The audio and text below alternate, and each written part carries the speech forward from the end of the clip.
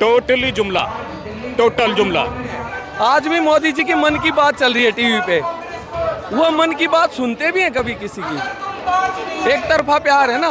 पैसे को हड़पने के लिए स्पेशल पीएम केयर फंड बनाया और एक ही दिन में रजिस्ट्रेशन भी हो गया, पैन कार्ड भी बन गया। देखिए वो क्या जाने पीर पर आई, जिसके पैर ना फटे भी आई। उन्होंने झूठ बोला झुग्गी वालों से, उनके इमोशन से खेला। की गारंटी फर्जी है, नकली है। क्या दिल्ली में वही देखने को मिला? मोदी नकली है।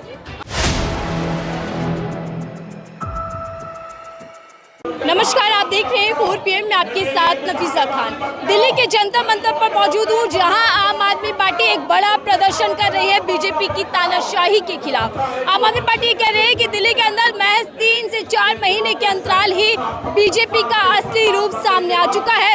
तमाम जो बुनियादी मुद्दे हैं उसको साइडलाइन कर बीजेपी सरकार अपनी मनमानी कर रही है। कानून व्यवस्था का मुद्दा या फिर दिल्ली में पानी की किल्लत जो देखने को मिल रही है उसको लेकर, और दिल्ली का सबसे बड़ा मुद्दा बुलडोजर एक्शन के खिलाफ आज आम आदमी पार्टी बीजेपी पर हमलावर है और बीजेपी की तानाशाही वाला आरोप लगाते हुए दिल्ली की सड़कों पर न केवल आम आदमी पार्टी के कार्यकर्ता है बल्कि शीर्ष नेतृत्व भी है। अरविंद केजरीवाल आज मंच से सीधा हमलावर रहे बीजेपी पर और ये कह रहे हैं कि जहां झुकी वही मकान का वादा कर बीजेपी ने दिल्ली की जनता को ठग लिया है, क्योंकि दिल्ली में बुलडोजर एक्शन के चलते आम जनता की सर से छतें छीनने का काम बीजेपी सरकार कर रही है। मेरे साथ लोग जुड़ चुके हैं, उनसे समझते हैं कि क्या है उनकी राय। सर, बीजेपी सरकार जो कि डबल इंजन होने का, विकास करने का वादा और दावा करती है, दिल्ली के अंदर आज जो ये प्रदर्शन है तानाशाही, आप इसको नाम दे रहे हैं, क्या कुछ कहना चाहेंगे इस प्रदर्शन को लेकर? हिटलर भी इतनी तानाशाही नहीं करता था जितनी दिल्ली में बीजेपी कर रही है। और ये तो मतलब हद ही हो गई कि आप सुबह 3 बजे 4 बजे बुलडोज़र लेके जाएं और बच्चों को, छोटी छोटी बच्चियां रात को कहाँ जाएंगे? गरीब आदमी के पास कोई 4 फ्लैट नहीं होते कि एक से निकले और दूसरे में चले गए। उनका रोजगार है, सब लोग, सिर्फ रोजगार ही नहीं, वो बच्चे जो वहाँ पे सरकारी स्कूल में पढ़ते हैं वो कहाँ जाएंगे? सड़क पे रहेंगे, कौन देखेगा उनको? तो क्या आम आदमी पार्टी फिर से अटैकिंग मोड में आ चुकी है? आम आदमी पार्टी उनका दुख दर्द समझ रही है और कोई पार्टी ना ही कांग्रेस ना ही बीजेपी इस बात को समझ रही है। लेकिन बीजेपी नेताओं ने तो झुग्गियों में रातें बिताई थी चुनाव के दौरान, समस्याएं सुनी थी। जी हाँ, वो मैंने देखी थी वीडियो, कैरम बोर्ड खेल रहे हैं और ताश खेल रहे हैं, और हमारी सीएम साहिबा तो रुकी थी, फिर वो कैमरा बंद करके घर चली गई, फिर सुबह 5 बजे फिर आ गई। वो हमारे किसी भाई ने रिकॉर्ड कर लिया, फिर वो सुबह ऐसे एक्टिंग करके उठी कि हाँ बड़ी अच्छी नींद आई। टोटली जुमला, टोटल जुमला। क्या सिर्फ चुनावों में झुग्गियां और झुग्गीवासी पसंद आ रहे थे? चुनाव तो उनको किसी भी हालत में जीतना था। उन्होंने झूठ बोला झुग्गी वालों से, उनके इमोशन से खेला, और उनको अब बीजेपी की ये है कि ना रहेगा, मतलब गरीबी नहीं हटानी, गरीब को ही हटा देना है। और मैं आपसे पूछता हूँ कि अगर गरीब नहीं होगा तो उनके घरों में काम कौन करेगा? देखिए, समाज में सभी तबकों के लोगों की अपनी एक अहमियत होती है, ऐसे थोड़ी होता है। लेकिन अरविंद केजरीवाल इससे पहले कह चुके हैं कि जिसका डर था वही बीजेपी कर रही है, आते ही गरीबों की झुग्गियां छीन रही है। जी, अरविंद केजरीवाल जी ने साफ सुथरा बोला था कि बीजेपी आएगी तो ये काम करेगी ही करेगी, लेकिन लोग बहकावे में आ गए, बेचारे क्या करें। लेकिन अब फिर उनका उसका खामियाजा उनको भुगतना पड़ रहा है। लेकिन मोदी जी तो विकास की गारंटी देते हैं, मोदी जी जा चुकी वही मकान की गारंटी देकर गए हैं। मोदी जी का विकास तो आप उत्तर प्रदेश में जाके देख लीजिए, गुजरात में अभी हमारा एक आम आदमी पार्टी का विधायक जीता है, अगर उन्होंने कुछ काम किया होता तो उनको यहाँ आने की क्या जरूरत पड़ती? क्या गुजरात गढ़ में आप बीजेपी को मात देकर आए? बिल्कुल बिल्कुल, और ये बड़ी आम आदमी पार्टी की अच्छी जीत मैं मानूंगा कि मोदी जी के घर के अंदर घुस के वहाँ पे पहले 14% वोट लिया और अभी हमारा एक विधायक और आया है, तो यह देखिए कहीं ना कहीं आम आदमी पार्टी एक बार फिर से राष्ट्रीय स्तर की राजनीति में एक्टिव होते दिख रहे हैं और सीधा भारतीय जनता पार्टी को निशाने पर लेते हुए कई आरोप लगा रहे हैं। सर, क्या कुछ कहना चाहेंगे इस प्रदर्शन को लेकर? अच्छा, आपने भगवा पहना है और भगवा झंडे की मांग बीजेपी नेता कर रहे हैं। ये तो साधु संतों का, वो तो चोर हैं। बीजेपी वाले चोर हैं तो साधु संतों को तो नाम नहीं लेना चाहिए ना। भगवा ये तो कल पैदा हुए हैं, भगवा तो जन्म जन्मांतर से है। भगवा तो साधु संतों का है ना, चोरों का थोड़ी। बीजेपी यही कह रही है कि तिरंगे को हटाकर भगवा झंडे को राष्ट्रीय ध्वज बना देना चाहिए। जो 2-3 हजार लड़कियों का रेप करके विदेश भाग जाते हैं वो भगवा उड़ के घूमेंगे। जिनका नेता हाईवे पे लड़की के साथ गलत काम करता है वो भगवा पहन के घूमेंगे। जिनके नेताओं को बलात्कार करने के बाद जेल नहीं जाना पड़ता वो भगवा पहनेंगे। जो रोडपति थे करोड़पति हो गए वो भगवा पहनेंगे। तो इस भगवे का सम्मान करना चाहिए उनको ये नहीं पहनना चाहिए।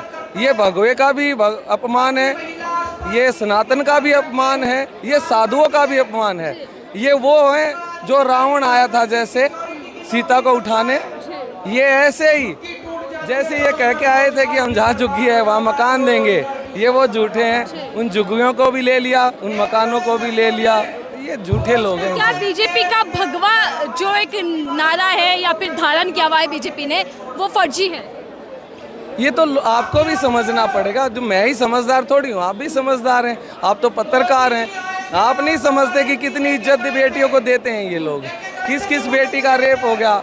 आज मेरे ऊपर मुकदमे चल रहे हैं, मेरे NBW घोषित हो रखा मेरे ऊपर, नॉन बेलेबल वारंट है। किस लिए?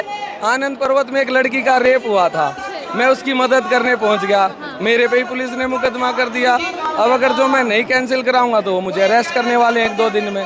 तो ये तो है ना, कहने की बात है कि वो भगवा करके हिंदुत्व को बचा रहे हैं। किस हिंदू बेटी को बचा रहे हैं? किस हिंदू आदमी को बचाया? ये जितनी झुग्गियाँ तोड़ी है मुसलमानों की थी, पाकिस्तानियों की थी, बांग्लादेशियों की थी। तो अगर जो ये कर रहे हैं तो ये गलत कर रहे हैं, झूठे हैं ये।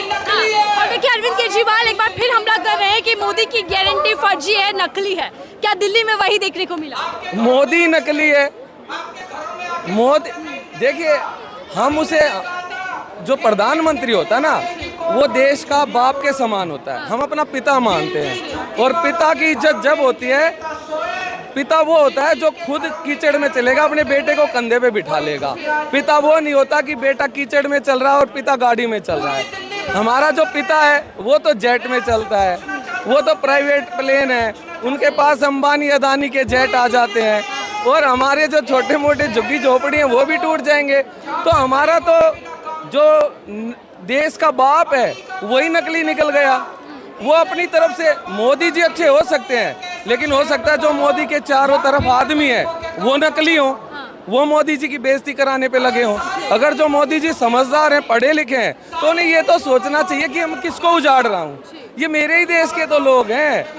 इससे अच्छा तो एक युद्ध करवा के हमें मरवा देते कि भाई युद्ध ही चलता रहता। अब युद्ध में जीत रहे थे, युद्ध भी बंद करा दिया। नहीं तो हम सोचते अगर हम युद्ध में शहीद हो गए और देश के लिए ही मर गए, अब ये भूखे मरेंगे। आप युद्ध की बात कर रहे हैं, पीएम मोदी कह रहे हैं कि अमृतकाल चल रहा है गरीबों का। बिल्कुल चल रहा है ना, बिल्कुल चल रहा है। ऐसा अमृतकाल थोड़े दिन और चलेगा तो आपके हाथ में ये माइक नहीं होगा, आप भी कहीं की बीजेपी वाला कोई आपको भी नोच लेगा। इसी अमृतकाल में आपके साथ भी हो सकता है। ये कोई बड़ी बात नहीं है। आज आपको लग रहा होगा, देखिए वो क्या जाने पीर पर आई, जिसके पैर ना फटे भी भाई। हमारे यहाँ क्या हो रहा है, जिसको चोट लग रही है वो लड़ रहा है। हम एक नहीं हुए हैं अभी, हमें बांट दिया है। कौन कहता हम हिंदू हैं? हम हिंदू हैं ही नहीं। कोई पंडित है, कोई जाट है, कोई गुज्जर है, कोई हीर है, कोई वाल्मीकि है, कोई हरिजन है।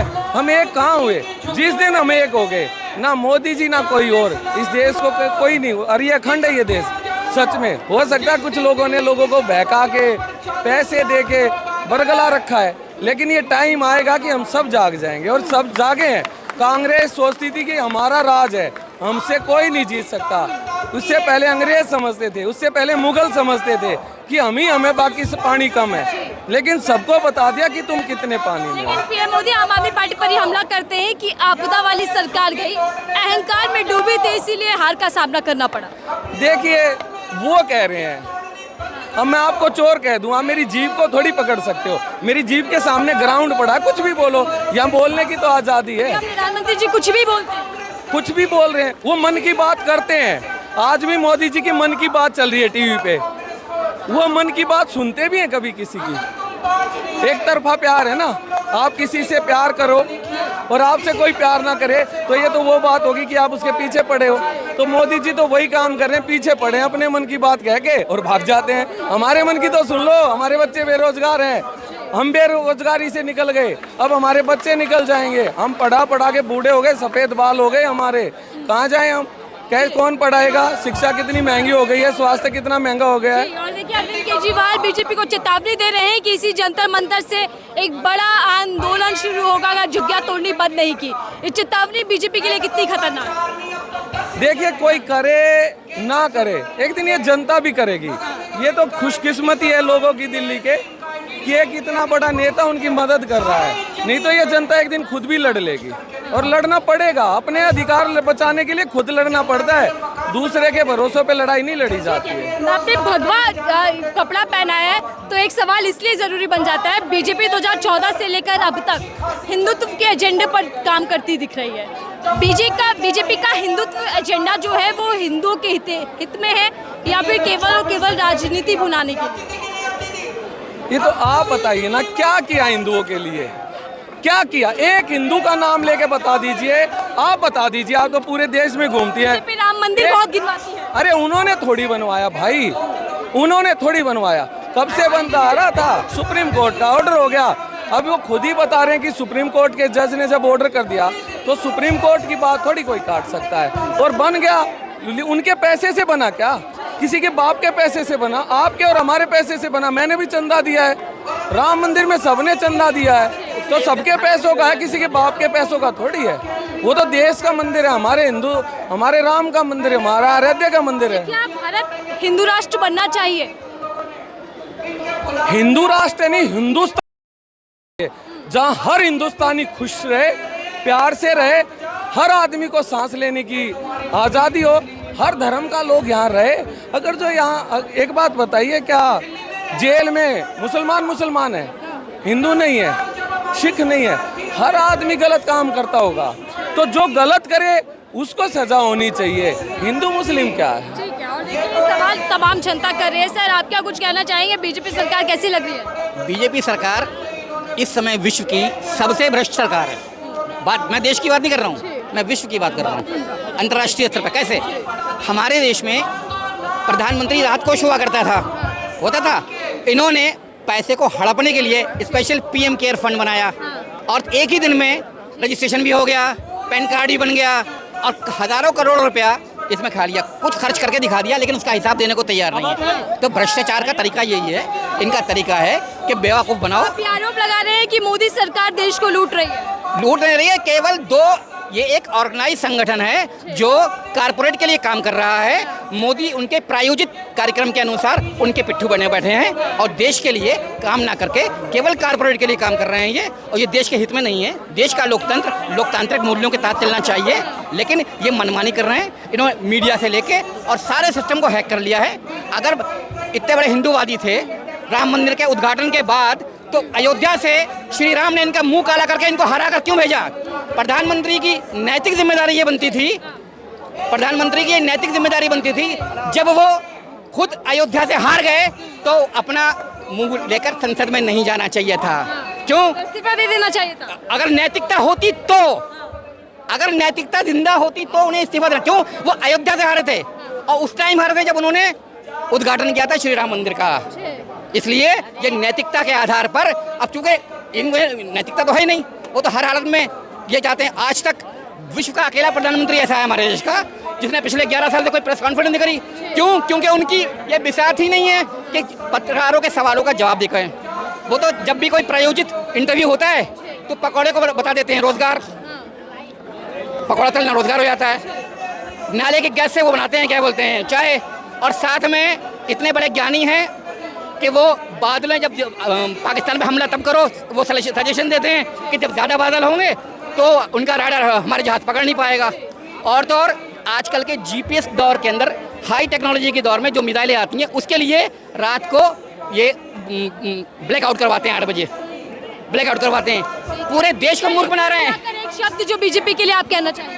भाग गई झूठी पार्टी। भाग गई झूठी पार्टी। और देखिए, देश की जनता जब असल मुद्दों पर काम ना देखकर एजेंडों में या प्रोपोगेंडा में फंसी जाती है तो फिर देश की जनता खुद बीजेपी के नाम बदल देती है। बहरहाल आज आम आदमी पार्टी बीजेपी पर हमलावर दिखाई दे रही है। देखते हैं कि दिल्ली की सियासत में कितना बड़ा उबाल आता है और क्या एक बार फिर से केंद्र सरकार तमाम मुद्दों पर घिरती और फंसती दिखाई देगी, क्योंकि अब तो हिंदुत्व का मुद्दा जो है वो भी फेल होता दिखाई दे रहा है। इसी बात को लेकर आपकी क्या राय है कीजिएगा। देखते रहिए 4 PM, मैं थी आपके साथ नफीसा खान।